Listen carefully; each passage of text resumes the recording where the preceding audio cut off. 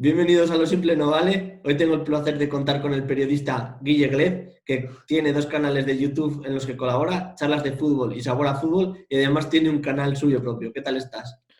Pues muy bien, muchísimas gracias por haberme invitado a tu canal, sobre todo para hablar de fútbol, que es algo que me encanta. Y aparte, hemos acordado previo a que empezara esta entrevista cómo me tenías que llamar, si Guillermo González o Guille Glez, que la gente, la abreviación de González todavía no sabe qué es Glez, pero bueno, me pregunta si es un apellido extraño y tal. No, no, Claro, yo como apellido Hernández, por eso el HD lo tengo claro. claro, lo de González. Eh, vamos a repasar un poquito tu trayectoria y luego te voy a preguntar sobre el Real Madrid. Venga. Y la primera pregunta es, ¿cuándo decidiste estudiar periodismo y más centrarte en el deportivo? Bueno, me la han hecho muchas veces esta pregunta y yo siempre digo que la percepción exacta que yo tengo de empezar a decir, uff, me apetece estudiar periodismo, es en eso, en la ESO, en bachillerato. Sí que es cierto que yo de pequeño pues escuchaba Carrusel Deportivo, leía mucha prensa, siempre estaba en contacto con el fútbol, el deporte que más me ha gustado, también con el baloncesto y con otros tipos de deportes, pero sobre todo el fútbol. Pero es en la ESO y en bachillerato ya cuando empiezas a enfocar tu carrera profesional, cuando dices, vale, me quiero dedicar al mundo del periodismo, sobre todo por querer estar vinculado al deporte, ¿no? Yo evidentemente futbolista no iba a ser porque soy bastante malo, pero sí que quería estar vinculado con la comunicación y sobre todo con el deporte. Entonces era la manera más fácil de conectarlo todo esto. Entonces, cuando ya te tienes que enfocar en cuanto a los estudios, pues dije, mira, para periodismo necesito esto, pues voy a hacer este tipo de bachillerato, voy a hacer este tipo de asignaturas y así fue. ¿Por qué la vía de YouTube? Pues mira, esto es curioso porque yo creo que es algo en lo que nos hemos topado la mayor parte de periodistas, ¿no? Cuando ves que no hay oportunidades laborales, sobre todo en medios tradicionales, véase la radio, véase la televisión, véase prensa escrita, prensa digital, pues empecé a inmiscuirme en YouTube con dos hermanos como son Juana Roita y Andrés Cabrera, con Kaiser Fútbol. Sí. Y bueno, yo previamente había pasado por Marca, me quedé ahí en un proceso de selección para que me pudieran contratar, finalmente no cuajó y ya ahí me empecé a dar cuenta de que no iba a tener futuro en medios tradicionales o que iba a ser muy difícil. Entonces, en ese aspecto, pues empezamos con el canal de YouTube, empezamos a funcionar en base a prueba y error, éramos un auténtico desastre con Kaiser hasta que empezamos a profesionalizarnos aprendiendo sobre la herramienta que es YouTube. Y luego, pues bueno, a partir de ahí vimos que una productora que tenía varias sedes en todo el mundo, aterrizaba a España y que estaba dispuesta a apostar por un tipo de contenido de periodismo futbolístico en YouTube. Y ahí, a partir de ahí, nació Campeones, que es el canal de YouTube por el que se nos empezó a conocer. Y la idea de charlas de fútbol, me imagino, por dar una continuidad una vez acabada el periodo de campeones, ¿no? Sí, básicamente en Campeones, pues para la gente que todavía recuerda aquel proyecto, era un contenido que sí que hacíamos periodismo, pero era más también entretenimiento, era contenido más atemporal, era más orientado a un contenido que no fuera netamente actual, ¿no? Entonces, charlas de fútbol era todo lo contrario, queríamos hacer más actualidad, queríamos seguir más la noticia y más en el análisis. También un poquito más de entretenimiento cuando dejamos Campeones, pero sobre todo actualidad, ¿no? Que la gente viera que somos periodistas y que no solamente somos comunicadores o que entretenemos. Entonces, en ese aspecto de esa base nació Charlas de Fútbol, que hubo un momento que las compaginábamos tanto charlas como campeones. Y sabor a fútbol, ¿qué te aporta este otro canal? Bueno, Sabor a Fútbol es la experiencia que te da pues trabajar con un cliente, no con una marca como Smaug 5 estrellas. Y pues tras tantas experiencias con varias marcas que habíamos tenido en campeones, también en charlas de fútbol, pues Mau decidió apostar por tres presentadores que llevarán también la línea editorial junto con otra productora de este canal, ¿no? De un contenido orientado a los equipos de primera división o los equipos patrocinados por Mau 5 estrellas. Y es algo que evidentemente pues te aporta otro enfoque, ¿no? Porque es otro tipo de comunicación al que aplico en charlas de fútbol. Yo puedo decir que tengo plena libertad en Sabor a Fútbol, por supuesto, pero sí que es cierto que hay cosas que no se pueden decir o hay cosas que tú no puedes comunicar de la manera que la comunicarías en charlas de fútbol. Es algo evidente, ¿no? Tiene su propia línea editorial, su propio mensaje que tienes que respetar. Pero en este aspecto, pues evidentemente un contacto con un cliente, con un patrocinador que apuesta por ti como comunicador y que te da las riendas de su proyecto, pues para que vayas de la mano y crees un contenido digital. Además, un proyecto muy bonito porque Mau 5 Estrellas nunca se había atrevido a hacer un canal de YouTube y se atrevieron con nosotros, entonces la responsabilidad era mucho más grande y ya llevamos 4 temporadas, o sea que por ahora puedo decir que están contentos. Luego no sé si Sí, de aquí a un tiempo van a decir que ya no, pero bueno, de momento están contentos, que eso sí. nos alegra un montón. Y tu propio canal que decidiste dar un giro Sí. recientemente, aunque hace que no subes contenido, pero todos sus temas eran sobre el Real Madrid mayoritariamente y de últimas decidiste darle un giro. ¿Cuáles son tus próximos retos en tu canal? Bueno, yo siempre lo he dicho en mi canal que cuando yo no me sienta cómodo, más que cómodo, cuando yo no tenga el tiempo que necesita el canal que le tengo que dedicar, pues no lo voy a hacer, porque para hacerlo de cualquier manera prefiero no hacerlo. Yo siempre he dicho que mi prioridad es charlas de fútbol, porque es algo que amo y de verdad que es un proyecto que quiero que siga saliendo hacia adelante con mis hermanos, con mis amigos, pero mi canal personal, pues bueno, cuando tenía tiempo, pues lo hacía. En un principio lo enfoqué al Real Madrid, pues una manera distinta de que la gente conociera no solamente al periodista, sino también al aficionado del Real Madrid, porque yo nunca he visto ningún tipo de problema de decir de qué equipo soy. O sea, creo que todos los periodistas tenemos un equipo de fútbol. El tema es siempre cómo comuniques con respecto a ese tema, con respecto a tu equipo de fútbol y que seas lo más imparcial. Siempre te van a salir argumentos, siempre se te va a salir gente diciendo, buah, eres muy madridista, buah, eres anticulé. A ver, a mí estas cosas siempre me han dado igual en el aspecto de que si no hay fundamento no lo voy a compartir. Pero bueno, más allá de todo eso, lo tenía como un rincón propio y luego decidí darle una vuelta porque quería hablar de más cosas y quiero hablar más de más cosas, no solamente centrado en el Real Madrid. Me di cuenta de que podía aportar en más cosas y por eso le di ese cambio. Pero claro, al no tener tanto tiempo, pues es lo que te he dicho antes. Si Sí. veo que voy a hacerlo de cualquier manera, pues prefiero darme un tiempo y luego retomarlo cuando verdaderamente tenga tiempo. En charlas de fútbol junto con Juana de Ruita y con Diego Campoy soléis hacer un equipo con determinados millones de transfer market. ¿Lleváis tan realmente ese pique de a ver quién gana? Porque es muy divertido. A los que los vemos nos gusta mucho. A ver, nos picamos porque, a ver, Sí, entiendes el término picarse, ¿no? En sí, plan, somos amigos, al fin y al cabo, sí, pues competimos y nos reímos el uno del otro porque, joder, tenemos esa confianza y ese cariño como para podernos sí, decir esas cosas, ¿no? Tú también te lo harías con tus amigos, es que es lo más sí, normal del mundo. O sea, que sí. nunca traspasa el No, mal rollo. Si la gente se cree que hay mal rollo, ni mucho no, menos. O no. sea, de hecho, nosotros muchas veces intentamos picar más si cabe al otro, pues para que se Sí, enrabiete, porque los conocemos y es gracioso, ¿no? Y en ese sí, aspecto, pues eso es lo que mola, sí. la verdad. Y nunca no. O sea, para mí es una sección súper divertida porque yo creo que Sí, muestra una parte de nosotros y también, pues bueno, muestra esa competitividad.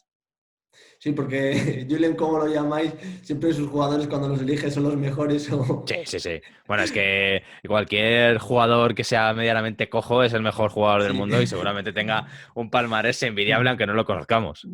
Ya, eso sí. Y ahora quería centrar un poco más la entrevista a hablar sobre el Real Madrid. Y Venga. la primera pregunta que te voy a hacer es sobre Zinedine Zidane, que casi siempre está cuestionado, pero que los títulos le avalan.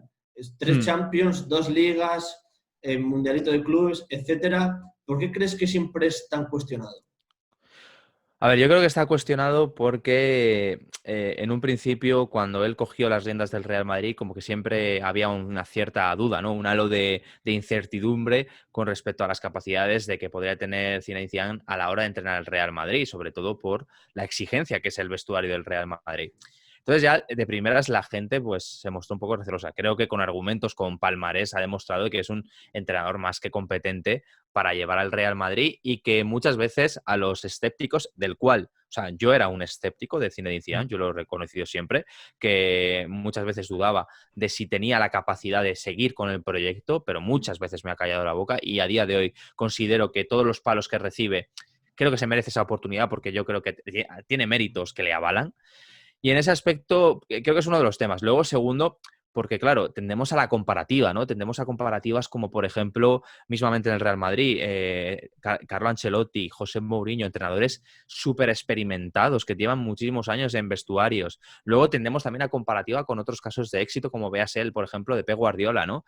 Cuando llegó al Fútbol Club Barcelona del B y fue llegar y besar el santo. Entonces, siempre tendemos a la comparativa y creo que cada vestuario, cada club es muy distinto y cada entrenador es distinto a cada club, me refiero. Seguramente Zinedine Zidane en otro club pues no tenga los mismos réditos o éxitos que pueda tener el Real Madrid, porque el vestuario del Real Madrid es de una manera determinada a como puede ser, por ejemplo, el de la Juventus o el del Fútbol Club Barcelona. Es decir, la idiosincrasia de cada club creo que influye a la hora de elegir el entrenador adecuado. Por eso no todos los entrenadores triunfan en el Real Madrid. Se pueden ver en ejemplos. Rafa Benítez venía a ser un entrenador súper laureado, que había conseguido muchísimos éxitos en Inglaterra, y en Madrid no cuajó, y sabiendo que es un entrenador súper metódico, un entrenador que tiene bastante la pizarra en mente, y no funcionó en el Real Madrid. En cambio, pues Zinedine Zidane, que a lo mejor parece que no es el mejor estratega del mundo, que yo creo que es más de lo que la gente cree, pues es un caso de éxito en el Real Madrid, porque a lo mejor se necesitan otro tipo de actitudes que no son las que, por ejemplo, tiene Rafa Benítez, Pep Guardiola u otro tipo de entrenador. Entonces, creo que ese es otro de los aspectos.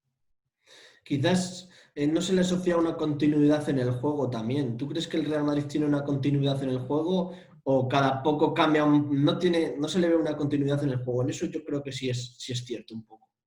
Sí, uno de los grandes problemas que ha tenido Zinedine Zidane es que no ha conseguido solapar bien los proyectos, ¿no? Y sobre todo plasmarlo en el terreno de juego. Evidentemente, cuando pierdes a Cristiano Ronaldo, él ya no está en esa etapa, pero cuando recupera el equipo, pues la sensación que da es que no sabe cómo meterle mano. En la pasada temporada, la 19-20, pues bueno, cierra muy bien el año, que por eso consiguen la liga, pero aún así te deja como un halo de dudas. Y yo creo que está, o al menos lo que yo pienso que tenemos que tener en cuenta es que estamos volviendo a generar un proyecto nuevo. Otra cosa es que Mm. Zinedine Zidane sea el más adecuado, pero como que tienes que darle pausa o tiempo para que las piezas vayan encajando, que vayamos, que los futbolistas van funcionando, es que otros jugadores van a cambiar de generación, es decir, ya no van a estar los Luka Modric, los Sergio Ramos, esos futbolistas que le han dado tantos réditos al Real Madrid. Entonces, eso para un entrenador no debe ser difícil, no debe ser fácil gestionarlo. Claro, la gran pregunta muchas veces con respecto a Zinedine Zidane si está preparado para este cambio que necesita el Real Madrid, para este cambio en el cual necesitas mantener el nivel, intentar siempre competir por todo y que al menos pues no se note tanto ese escollo. Ya se notó en la temporada en la que medianamente no estuvo Zinedine Zidane, que luego lo repescó, y el año pasado dejó ciertas dudas. Veremos en este, que no ha empezado nada bien, porque no ha empezado nada bien. En Liga no le está yendo, no le está yendo mal, pero en Champions se puede decir que son dos fracasos, las dos primeras Sí. jornadas. Entonces, yo siempre digo que con Zidane hay que darle tiempo, porque muchas veces cuando parece que está muerto, es cuando a la jornada siguiente demuestra que está más vivo que nunca. Y, para ejemplo, el clásico, venías de un palmazo como es contra el Shakhtar y luego te marcas un clásico de esa manera. Entonces, bueno, creo que tiene argumentos como para tener confianza. Ahora, eso sí, con respecto a lo que dices del juego, creo que es algo que sí que tiene que solucionar o plasmar mejor. En eso sí que estoy de acuerdo. Por ejemplo, y ahora hablando un poco sobre los jugadores, en la portería creo que no necesitan ningún refuerzo. En la portería no, Thibaut Courtois para mí ya le está peleando el puesto tanto a Ter Stegen como a Black por ser uno de los mejores porteros del mundo o al menos uno de los más diferenciales en su equipo. O sea, sería absurdo pensar en otro portero. Luego sí que apoya la continuidad de Marcelo, pero es que Sí, Marcelo quizás ya ha sido un muy buen jugador, grandísimo, la mejor lateral del izquierdo del mundo durante muchas temporadas, pero ya no está al nivel que estaba antaño. Ya se ha dejado marchar a Reguilón, aunque tiene una opción te puede ejercer una opción de compra en un sí. futuro, pero quizás es apostar también otra vez por jugadores que ya son veteranos y que son muy de él, que los ha usado mucho, pero un poco precipitado, ¿no? Sí, bueno, yo creo que la principal posición que más se está viendo afectada es la del lateral zurdo, es decir, Ferland Mendy es el lateral zurdo titular, pero claro, has perdido la bala de Reguilón por quedarte con Marcelo, porque no deja de ser un jugador que te ha dado muchos éxitos en el Real Madrid y por el cual has confiado y que, vamos a ser honestos, Marcelo junto a Roberto Carlos han sido los dos mejores laterales zurdos de la historia del Real Sí. Madrid y de los mejores del mundo. Entonces es muy difícil desprenderse de eso. Pero claro, es uno de los grandes debes que tiene Zinedine Zidane, que a veces tiene que saber desprenderse de lo que le han dado los jugadores del pasado. Lo mismo era la necesidad de meter a Reguilón y abandonar a Marcelo. ¿Quién sabe? O Marcelo reubicarle de otra manera. Pero el lateral zurdo sí que me parece una posición a reforzar y otra posición que hay que reforzar sí o sí, pero porque más allá de Sergio Ramos y de Varane de vez en cuando, no hay más garantías que es la del central, ¿no? Sí. El día de mañana no vas a tener a Sergio Ramos, Eder Militao parece que no convence del todo, te junta partidos buenos con partidos malos. Varane, pues a ver, Varane es un central de categoría mundial, pero que no está al mismo nivel que, por ejemplo, al que va a llegar Sergio Ramos, o es mi punto de vista. Entonces, es algo que el día de mañana va a tener que pensar el Real Madrid. ¿Cuál sería uno de los refuerzos que a ti te gustaría para el central? Muy buena pregunta. A ver, a mí hay un jugador que me gusta mucho, que es Matthijs de Ligt, que me parece un centralazo y que a mí me gustaría muchísimo, pero también hay un jugador que yo sinceramente tendría muy en cuenta, que es Upamecano, ¿no? Son dos centrales Sí. que el día de mañana no me extrañaría que sonaran para el conjunto blanco. Bueno, y hay otro que es que, claro, me pongo a pensar nombres que a mí me encantaría, pero que me encantaría y que va a salir por una morterada, que es Jules Koundé. Ya, Son los tres guau. Es que centrales. A ver, que son... te estoy diciendo, claro, te Sí, estoy sí. diciendo tres centrales como que no te estoy descubriendo, sabes, aquí la pólvora, pero a lo que me refiero que son tres centrales que son jóvenes, que tienen futuro, que lo están haciendo muy bien en sus respectivos equipos. Entonces, pues yo qué sé, el salto podría ser el Real Madrid. Y luego en el lateral derecho Carvajal y a Kraft, aunque puede ser muy cuestionada la venta, pero en el año que estamos el dinero va a hacer mucha falta y quizás darle una oportunidad a Odriozola. Sí, a ver, yo con Odriozola me muestro bastante escéptico porque creo que ha tenido oportunidades y como que le está costando o que le ha costado. De hecho, cuando lo mandas cedido es porque no le vas a dar hueco en el Real Madrid. Y si te lo quedas en el Real Madrid es porque no has llegado a un acuerdo con Akraf, que ha visto mejor oferta en el Inter de Milán, que sí que tienes una opción preferencial, que si el jugador es bueno y el Real Madrid ve conveniente pagarlo, lo va a pagar, eso estoy casi convencido. Pero claro, a mí Dani Carvajal, que me parece un lateral derecho top y que cuando está al máximo nivel es uno de los mejores en su puesto, completo como el que más, pues claro, necesitas un relevo de garantías. Y es que ahora parece que los relevos más de garantías son Nacho o Lucas Vázquez reconvertido al lateral derecho, por encima de Álvaro de Odriozola, que sí que es cierto que no está ahora con el equipo, pero que la sensación que te da como más garantías estos jugadores que el propio Álvaro de Odriozola. Y luego en el medio del campo quizás el que necesitara un recambio sería Casemiro. Sí, sí, sí, bueno, esto es algo reclamado, demandado, a más no poder, porque Casemiro no puede jugar 50 partidos por temporada. Es algo que se ha visto la pasada temporada, que cuando no está Casemiro se nota mucho. Creo que es un jugador, el Real Madrid es muy dependiente de Casemiro, entonces necesitas un pivote que al menos guarde ciertas similitudes, porque cuando reubicas a Fede Valverde, pierdes al mejor Fede Valverde, es decir, el mejor Fede Valverde es interior diestro, no es pivote. Sí. Entonces, claro, ahí pierdes una fortaleza que tiene el Real Madrid, un jugador distinto. Entonces, yo creo que sí que necesita un pivote, reforzarlo. Se han hablado de nombres como Camavinga, por ejemplo, pero Camavinga no es un pivote al uso como, por ejemplo, Casemiro.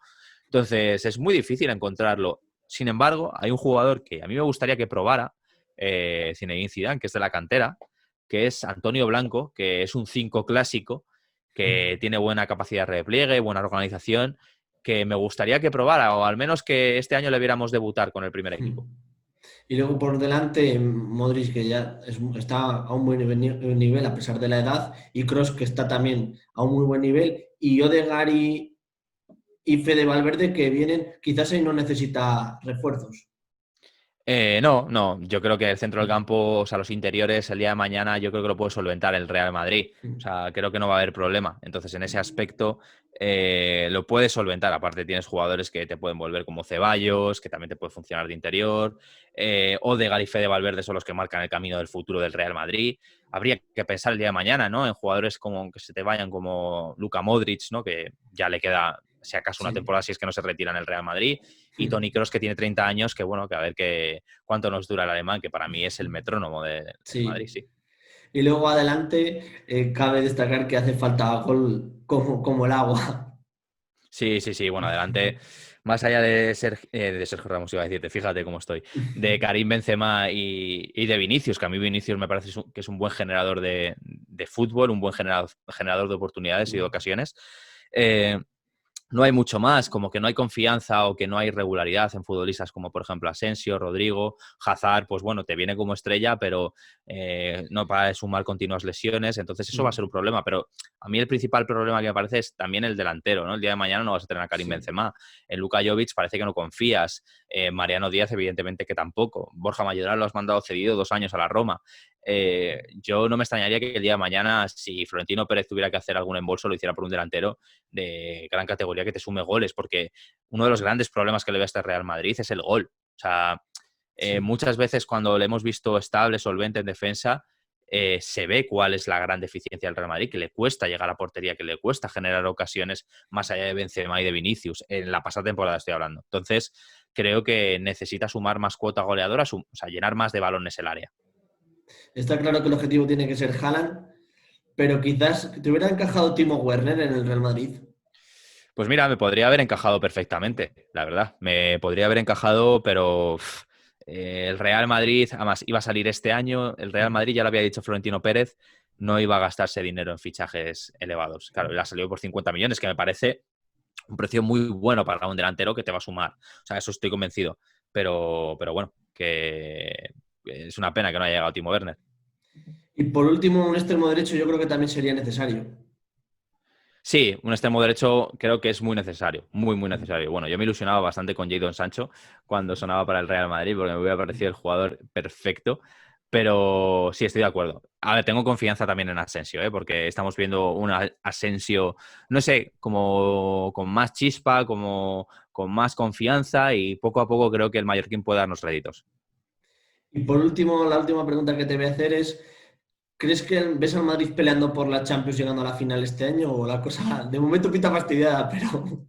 No, no, no. Yo este año lo veo más complicado y si tuviera que marcarme de nuevo otro objetivo es el de intentar luchar de nuevo por la Liga, intentar competirla lo máximo posible, pero la Champions lo veo muy complicado porque creo que, y vuelvo a insistir, el Real Madrid no se ha reforzado nada esta temporada, solamente han vuelto Odegaard y Odriozola. Es muy difícil que un equipo que ya el año pasado no lo hizo bien contra el Manchester City en octavos, haga mejores, o sea, haga mejor resultado sin haber fichado absolutamente nada cuando el resto de equipos sí que se han reforzado.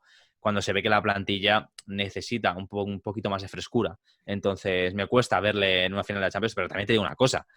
Cuando muchas veces no lo veía, y luego Ya, el Real Madrid ha llegado y lo ha ganado. Entonces, sí. bueno, yo a priori no lo veo, pero no me extrañaría que de repente viéramos algo de locos. Sí. Pues muchas gracias por tu colaboración. Nada, a ti. Desearte que sigas teniendo el mismo éxito en las charlas de fútbol, de sabor de fútbol. Y mucha Muchas suerte y gracias. mucho ánimo. Muchas gracias, espero que todo esto, tu proyecto vaya genial y para cualquier cosa que necesitéis, aquí estamos. Pues muchísimas gracias y un abrazo enorme. Un abrazo. Nos vemos, adiós. Adiós.